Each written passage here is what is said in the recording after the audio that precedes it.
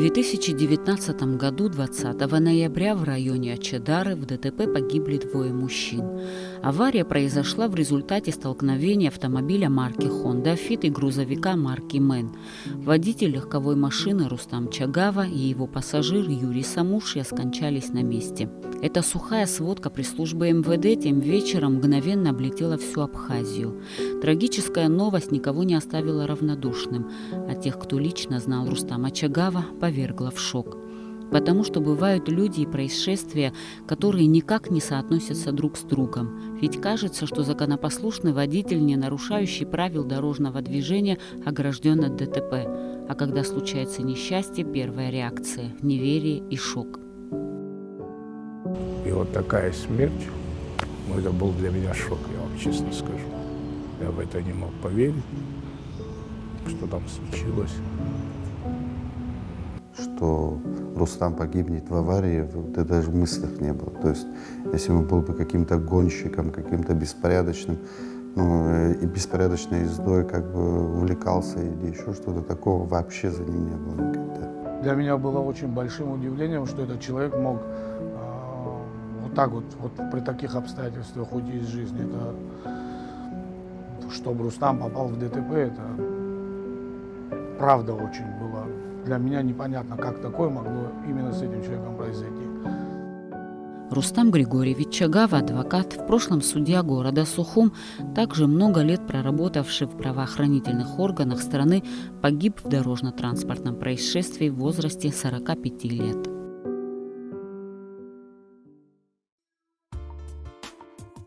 Рустам Чагава родился в 1974 году, 4 января, между двумя большими праздниками – Новым годом и Рождеством. У абхазов про таких при рождении говорят «дымшуп». И действительно, для своей семьи с малых лет Рустам был отрадой. Он рос в селе Тамыш с братом Рахимом, которого всегда опекал как младшего по возрасту. Наряду с успехами в учебе Рустам был заинтересован и во внеклассных занятиях. Увлекался футболом, национальными танцами, занимался боксом. Участвовал в соревнованиях в России, где завоевал золотую юношескую медаль первенства по боксу. У Рустама была особая связь с матерью. Он окружал ее трепетной заботой.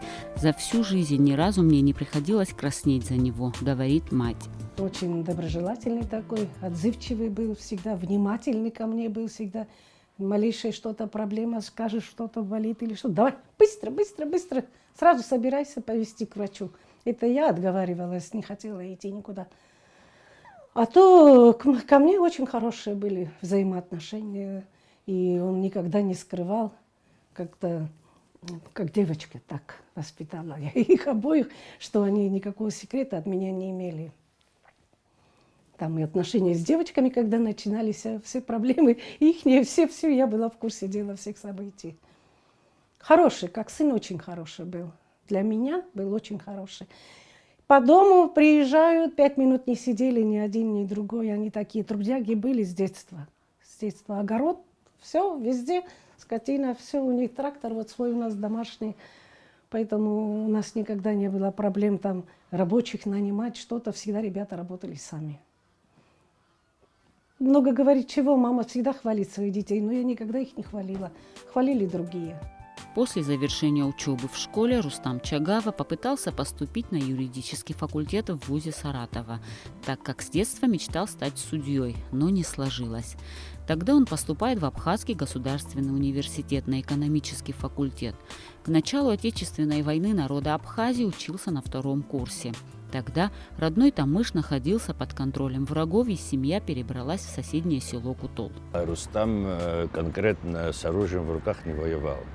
Он помогал внутри, в окопы ходил, снаряды возил. Я его поддерживал. Я ему говорил, от меня никуда. Вот куда я, то когда мы на вылазку когда шли, я его, я говорил, что он остался сзади нас. Пока я живой, говорю, молодежь, как я, кто свою родину хочет для будущей Абхазии, кто думает, молодежь должны, чтобы сзади нас шли всегда. И поэтому я его не давал, чтобы он рвался. Его младший брат с оружием стоял против наших врагов, а он упертый такой был, а ему это скажешь, не скажешь, но это совсем другой был. И по учебе, и по всему, и по всему. Окончив экономический факультет в 1999 году, Рустам поступил на историко-юридический факультет АГУ на специальность юриспруденция. По завершению учебы ему присвоили квалификацию юриста. Практически через несколько лет после войны не стало отца, Григория Чагава, и Рустам, как старший, взял ответственность за брата, мать и дом на себя. И всю оставшуюся жизнь заботился о своих близких. Всегда пытался меня поучить, так нельзя, это нельзя. Это все с детства было, конечно, росли. Потом время прошло, вот война, после войны, это все. И, всегда я к нему обращался за советом, разговаривал, просил его помощи юридической, когда она была необходима. Отношения были замечательные. Что касаемо моих проблем, он, конечно, с легкостью решал. Да, не было там, где я не мог сам решить вопросы, и он мне, конечно, оказывал всякую поддержку. И финансовую, в том числе, когда я начинал свой маленький бизнес. И морально он всегда рядом стоял. Направлял, как, что сделать, как правильно сделать.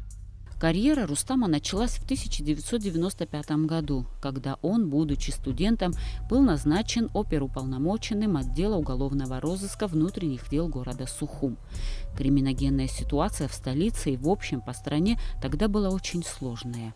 Люди ходили по городу вооруженные, и все вопросы пытались решать с помощью оружия. И в такое непростое время Рустам устроился в правоохранительные органы. Начальником УВД на тот период был герой Абхазии Аслан Кобахия. А там был маленький такой ОМОН из молодых ребят, которым 18 лет исполнилось. Но эти ребята такие как бы сказать, которым в войну было там 15, 16, 17 лет. Понимаешь, 15. Но это дети войны, но люди уже, как говорится, не родившиеся, они все это понимали.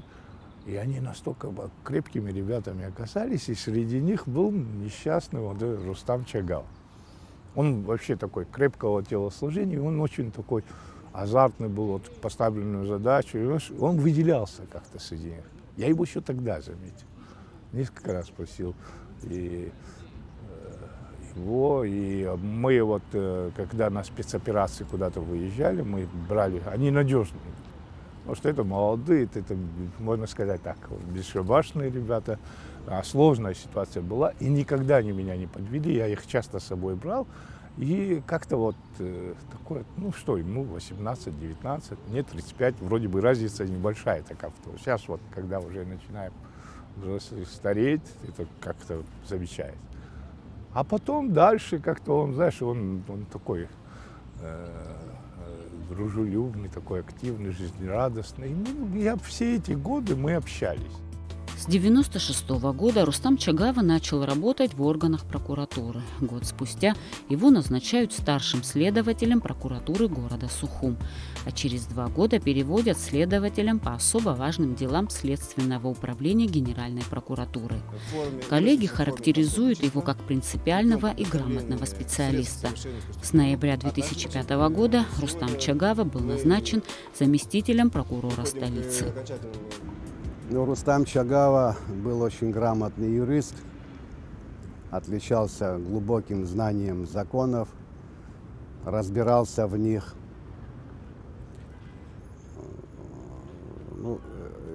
Любой юрист может изучить закон, может вроде бы его знать наизусть, но понимать смысл отдельных положений законов – это немножко другая вещь. Рустам этим отличался, глубоким знанием законов. Работая в прокуратуре, я могу вспомнить, он участвовал в расследовании теракта против президента Абхазии Александра Анкваб, где он отличился с самой положительной, самой лучшей стороны, чему свидетельство и приговор по делу. Кстати, ни у кого, ни у одной из сторон, ни у кого из участников процесса не было претензий к качеству расследования. По этому делу Рустам проводил самые важные, самые необходимые следственные действия. Им лично были добыты очень существенные доказательства вины обвиняемых. Я пришел в органы прокуратуры. Это, насколько я помню, то ли 2011 год был, то ли 2010. Я тогда был общественным помощником городской прокуратуры под руководством Алисы Зурабовны Беглава, где Рустам Чагава являлся заместителем прокурора города Сухум. Ну, там много нас было молодых ребят, с которыми приходилось нам совместно проводить проверки, выезжать на какие-то определенные задания, поручения прокурора.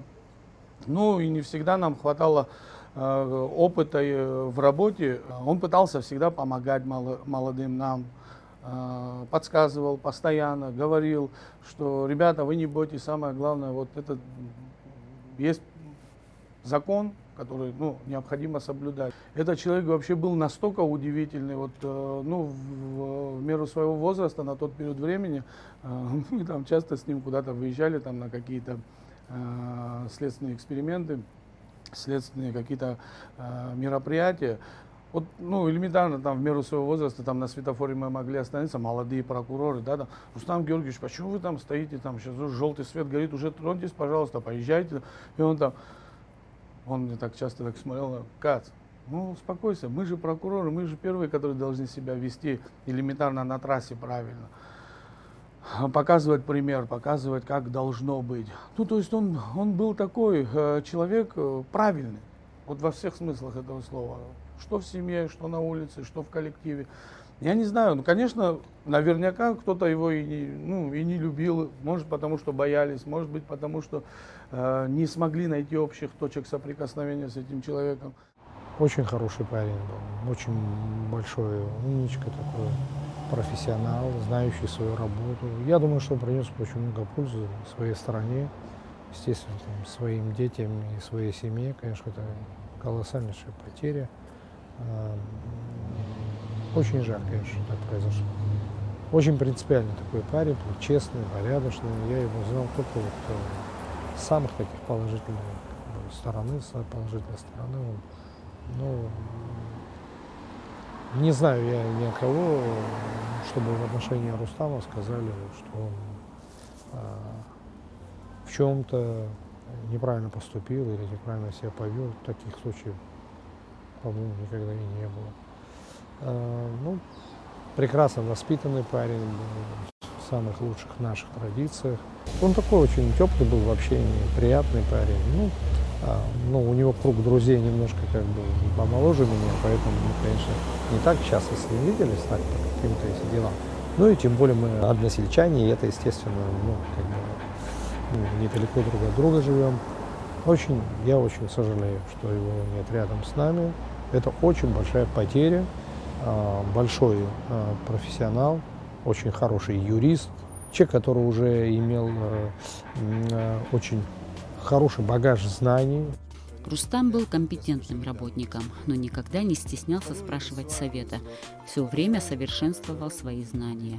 Проработав долгое время в системе правоохранительных органов, уволился по собственному желанию, потому что решил осуществить свою давнюю мечту – стать судьей.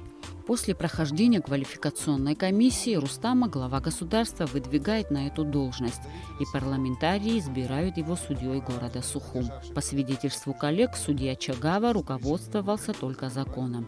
Вердикт выносил справедливо и беспристрастно. Никогда не шел на поводу личных предпочтений. Стук молотка для него был не пустой звук. На рассмотрение медицинские документы и материалы личного дела осужденного суд не находит оснований для удовлетворения заявленного ГОПИа ходатайства. Я видел, как он относится к работе, как он может ее осуществлять, какие у него там принципы стояли. То есть если у определенных людей во главе стоит какая-то нажива, то у него стояла именно справедливость. И он искренне считал, что в Абхазии можно искоренить преступность, и старался в этом принести огромную пользу. И для меня это патриотизм, потому что он в своем роде, даже будучи не работая в силовых структурах, Он всегда за это, у него душа болела. Он приходил ко мне в парламент, мы разговаривали. Очень много законопроектов, которые он предлагал от себя, чтобы в парламенте услышали. То есть это человек, который именно хотел принести пользу стране. И от этого я считаю, что он патриот с большой буквы. Ну, у него большой вклад был в подготовке законопроекта. Практически процентов 50-60 его работы там. Он, можно сказать, мои мысли излагал в бумаге. То есть и его поправки, которые он считал необходимыми и обоснованными, мы учли в этом законопроекте, потому что он один из авторов является данного законопроекта.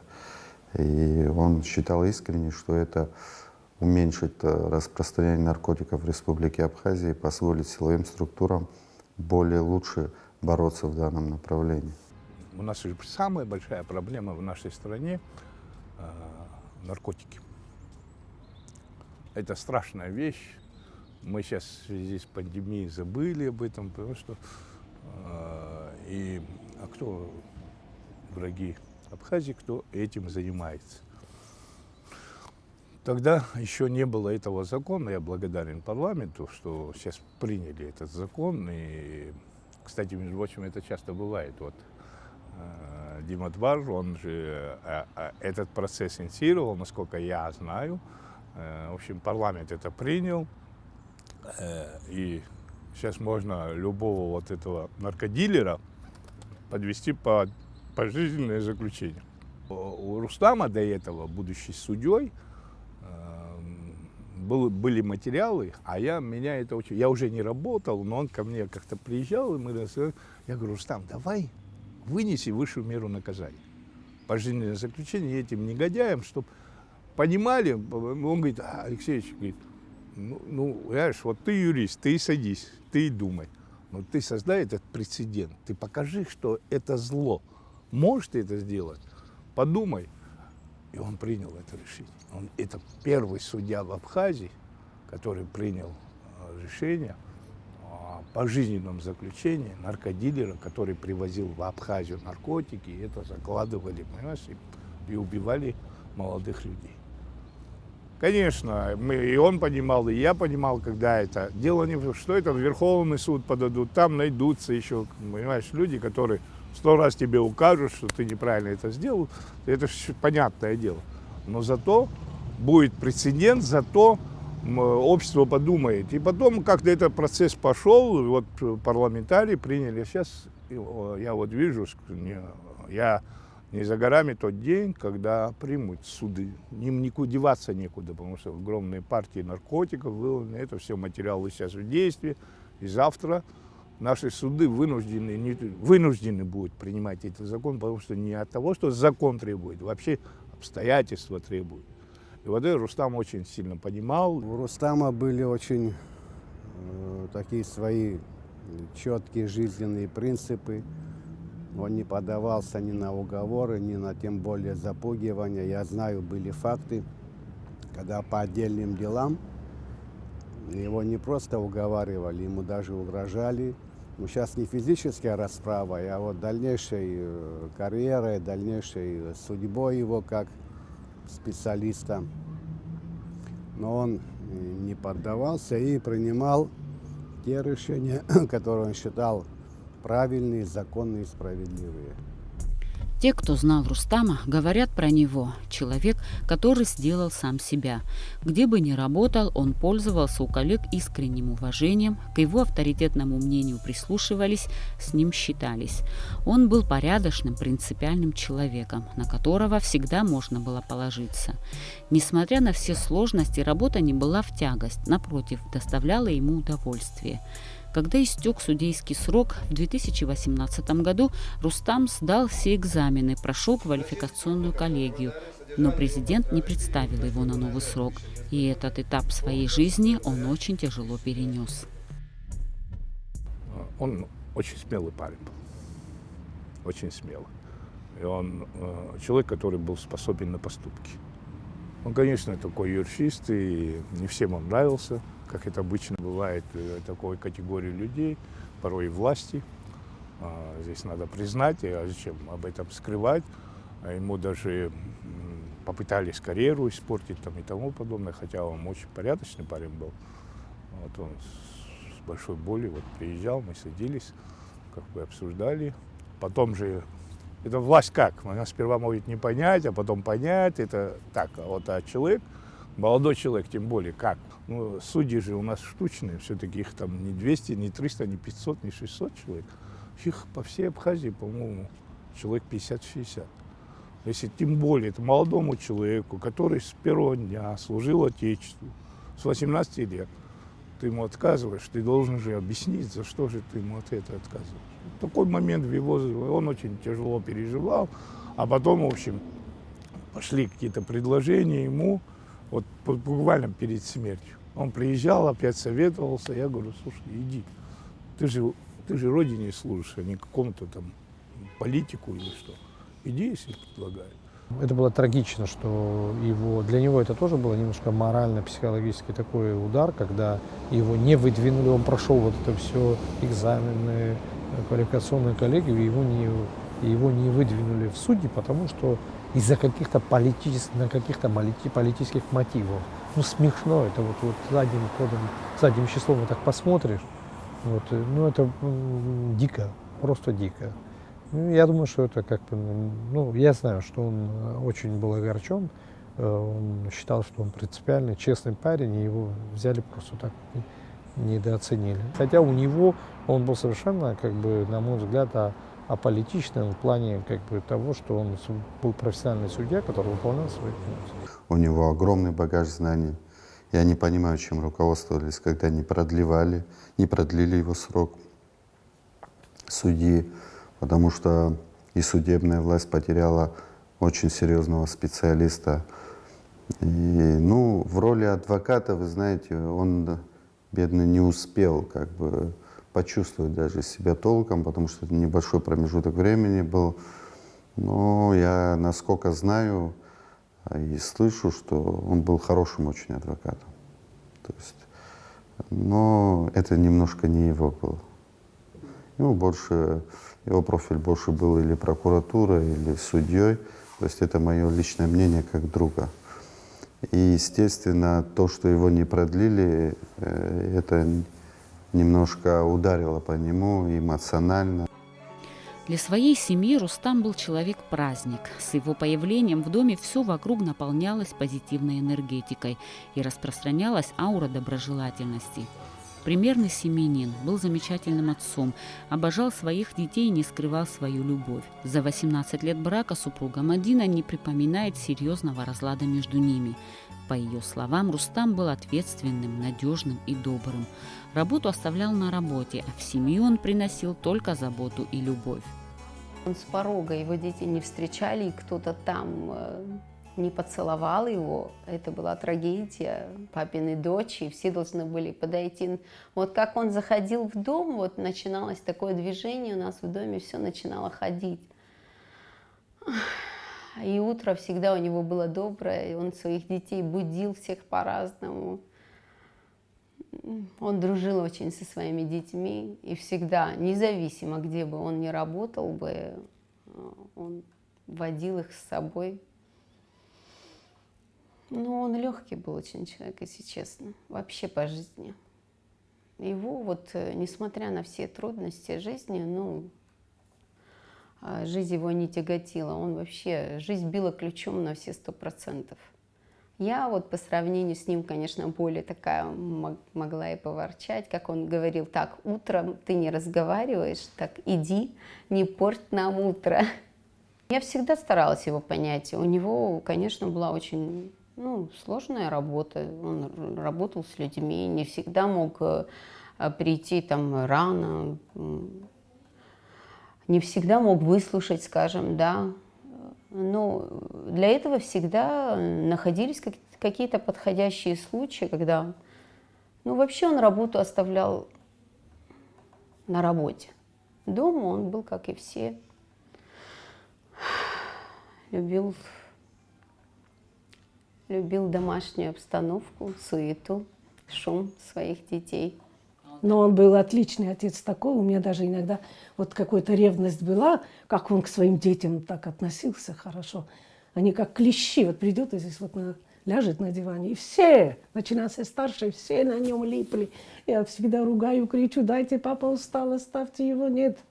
Как будто вот последние дни с папой вот так вот. Для меня папа самый лучший. Как и для каждого ребенка, для него отец самый лучший. Но, не знаю, папа мой, он все успевал. Не могу сказать, что ему было легко, но где-то ему было сложно, но ему было интересно, ему это нравилось. И потому он продолжал этим заниматься, он много всего делал. Он успевал везде, и дома, и на работе. Он даже нас брал с собой, и нам было очень интересно. Рустам делил с супругой заботу о детях, делал с ними уроки, водил к врачам, ходил на родительское собрание. Для своих 3 дочерей был другом, они доверяли ему свои секреты. Рождение сына для Рустама было долгожданным событием. Не верил своему счастью, чтобы лишний раз убедиться, что судьба послала ему сына, часто часами мог смотреть на спящего ребенка. Доната вообще, как он говорил, ждал он всю жизнь. Но когда появился Донат, он, можно сказать, вот вздохнул. И наконец-то он стал до конца счастливым человеком. Он вообще обожал всех своих детей. Когда он разговаривал с Донатом и говорил: ты мое счастье. А я говорила: так нельзя говорить с Асцем, остальные дети. Он говорил: остальные тоже мое счастье, но я же его столько ждал. Это папина радость. Он с ним вообще очень нежно разговаривал. С девочками, можно даже сказать, он всегда был построже. Хотя он даже сказал такую фразу, что можно уходить, есть после себя кого оставить. Дома Рустам редко сидел без дела, всегда чем-то был занят. Каждые выходные ездил в Кутол, занимался хозяйством, огородом и садом. В будущем планировал достроить дом в деревне. У него был свой виноградник, пробовал свои силы в виноделии. Помимо этого у Рустама было еще и одно редкое увлечение. Он любил подводную охоту. После долгого тяжелого рабочего дня погружался в море или речку. Говорил, что там другой мир, мир тишины и покоя. Рустам очень болел этой темой, то есть он очень часто, многие не выдерживали его темпа, так сказать, потому что он мог сутками, наверное, если была бы возможность и время, то есть он мог бы, наверное, сутками находиться в воде и посвящать этому много времени. Также он увлекался съемкой подводной, который монтировал фильмы, снимал их для того, чтобы, опять-таки, популяризировать, наверное, тему подводной охоты в Абхазии и чтобы сюда привлекало, видимо, людей и чтобы тоже знали, что здесь этим занимаются. То есть, также приглашали сюда подводных охотников с России, канал «Охотник и рыболов». Также приезжал сюда, также Рустам участвовал в этом процессе съемок этого фильма про Абхазию, именно про подводную охоту. Его очень привлекало море, речка, то есть все, что связано именно с водой, именно даже не фактор охоты был, а именно просто вода и процесс, да, и нахождение в какой-то иной среде, в которой ты можешь спокойно отдохнуть без телефона, без каких-либо гаджетов и спокойно, просто, не знаю, мысли другие совсем приходят в голову, когда ты под водой. Его вообще всегда не хватало, если честно, потому что он, я не знаю, может, за то, что мало было отведено времени ему. Даже когда у него были сложные процессы, когда он работал в суде, я так вот про себя надеялась, что вот сегодня тяжелый день, он приедет домой, отдохнет, полежит. Но если я уже вижу, что он машину поставил не так, как обычно, он уже настроен на подводную охоту. Как он говорил, я там отдыхаю. Он сразу мог с процесса просто бегом поехать на охоту. После завершения судейской карьеры Рустам устроился в адвокатскую контору Азинхчера. В первое время было сложно в профессии адвоката, но постепенно он включился в работу, а его профессионализм и всегдашний скрупулезный подход к делу были ему подспорьем. Кроме того, совершенствовал свои знания в этой области, встречался с российскими коллегами для обмена опытом. В своей деятельности во всех этих 3 должностях, в 3 ипостасях, для него было главное закон и справедливость. И других у него представлений о своей работе, о своем предназначении в качестве юриста не было. Я это видел, я это могу оценивать. Даже когда мы перестали работать вместе в одной структуре, когда он был избран судьей, попадали мне в руки его документы, его решения, его приговоры по отдельным делам. Это можно было брать как учебное пособие для начинающих юристов. Он был очень перспективным юристом, его ждало большое будущее. Как юриста на любых должностях он бы смог бы себя проявить, и я уверен, что он смог бы работать. Он очень переживал. На самом деле он переживал и за правоохранительные органы, и за судебную систему, где он проработал судьей. Я считаю, что в определенных моментах с ним поступили несправедливо. И этот человек заслуживал больше внимания на самом деле, чем как специалист в первую очередь, чем государство ему дало. И я его запомнил как один из самых порядочных судей в Республике Абхазия, помимо того, что он был человеком силовых структур, где мы вместе работали. И я считаю, что это большая утрата для нашей страны, потому что уровень его знаний редко кто имеет в Абхазии.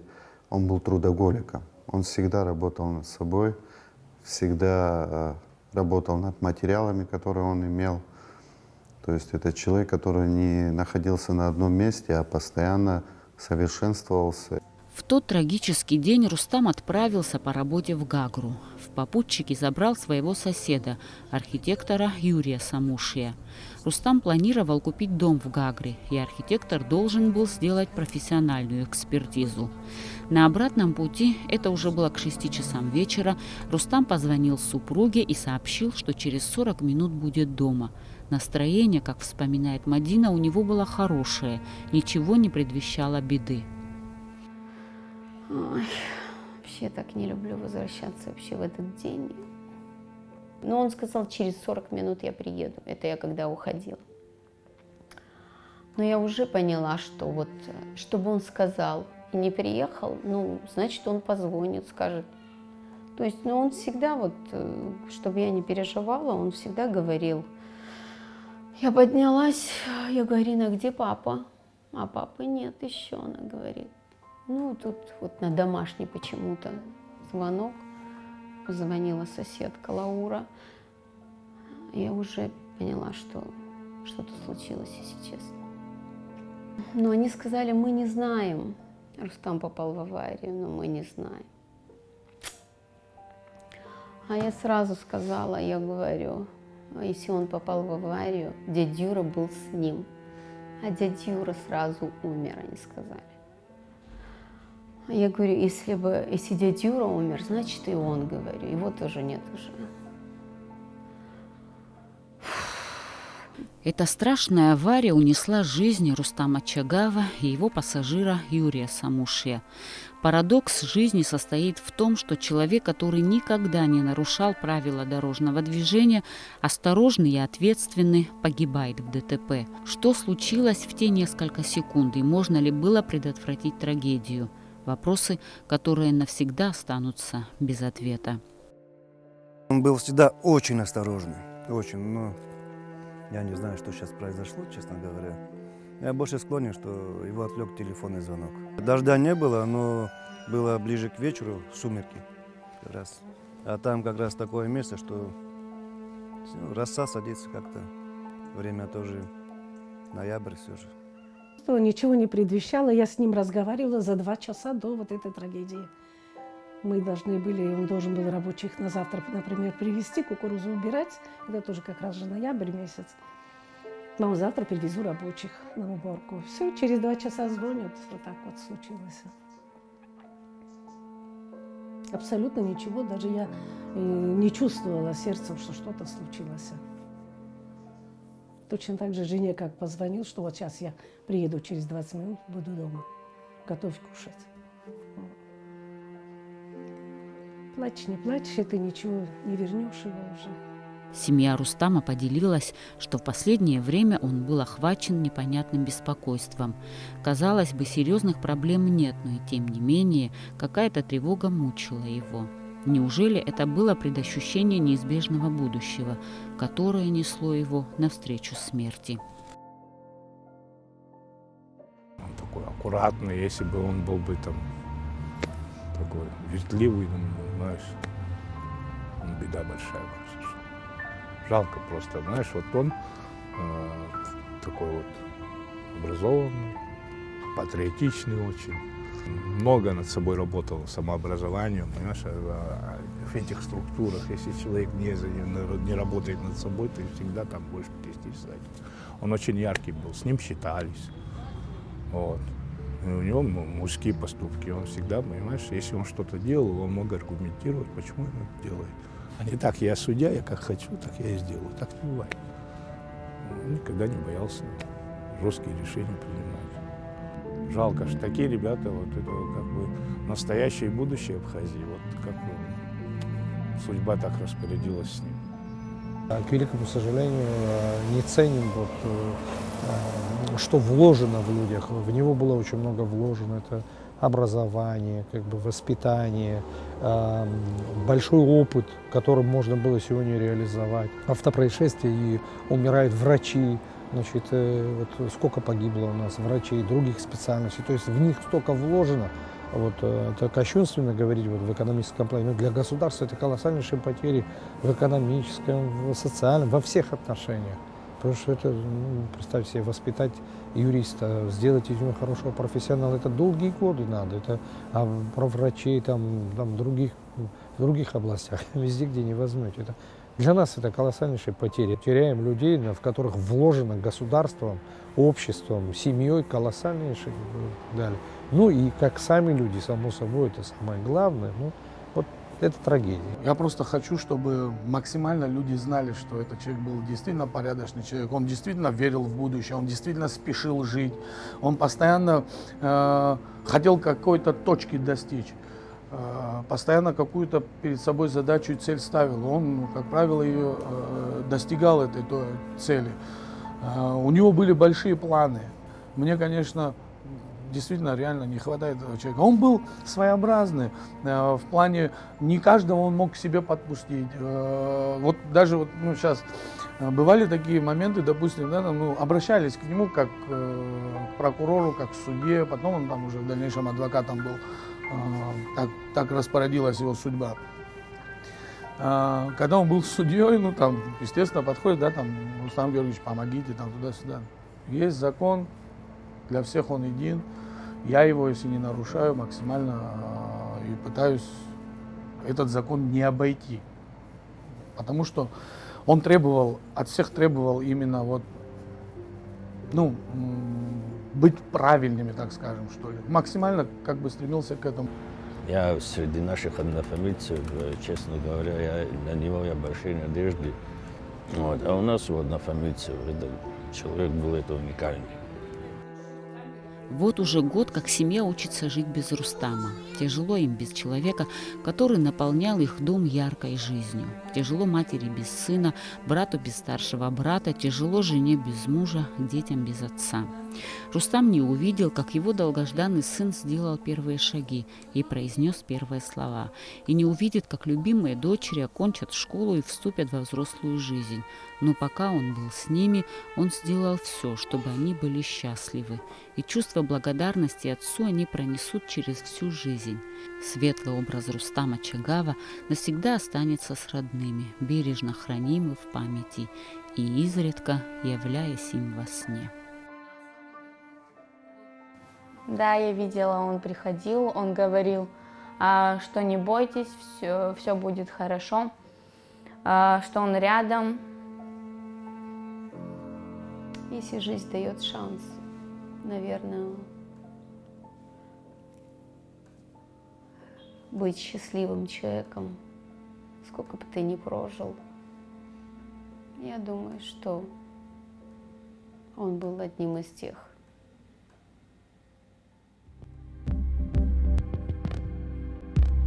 Я покидаю гордым город,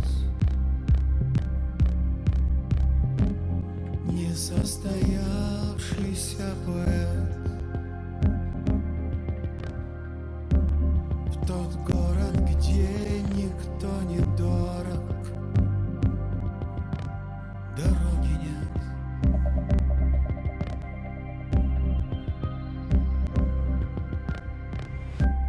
Там знаю тайный темный угол, в нем свет не оставляет след. В нем прячусь за незримым